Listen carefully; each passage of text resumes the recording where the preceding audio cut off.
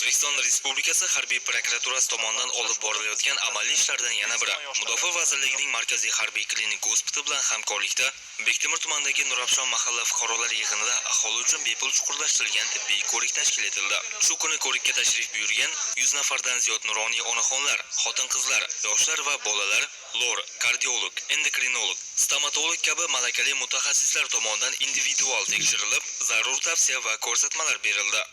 Doktor ham yoqda nerv patolog tekshirdi, yurakni tekshirdi, uzi qilishdi, tez kelib bizdan xabar olishyapti. Bizni o'ylabdi qariyalarni, yoshlarni, yosh bolalarni, yosh kelinlarni o'ylab hamma tibbiy ko'rikdan o'tyapmiz. Mana o'zlarini vaqtini ayamay kelishgani uchun mingdan ming rahmat. Onkologik kasalliklar alomatlari aniqlangan fuqarolarga respublika ixtisoslashtirilgan onkologiya va radiologiya ilmiy amaliy tibbiyot markazining Toshkent shahar filialiga yo'llanmalar berildi. Qolaversa, bunday bepul tibbiy ko'riklar Bektemir tumanidagi barcha mahallalarda o'tkazilishi rejalashtirilgan. O'zbekiston Respublikasi Harbiy prokuraturasi va hamkor tashkilotlar bilan tashkil etilayotgan bu kabi ezgu tashabbuslar aholining ijtimoiy himoyasini kuchaytirish, xotin-qizlar salomatligini asrash va sog'lom avlodni kamol toptirishga xizmat qiladi.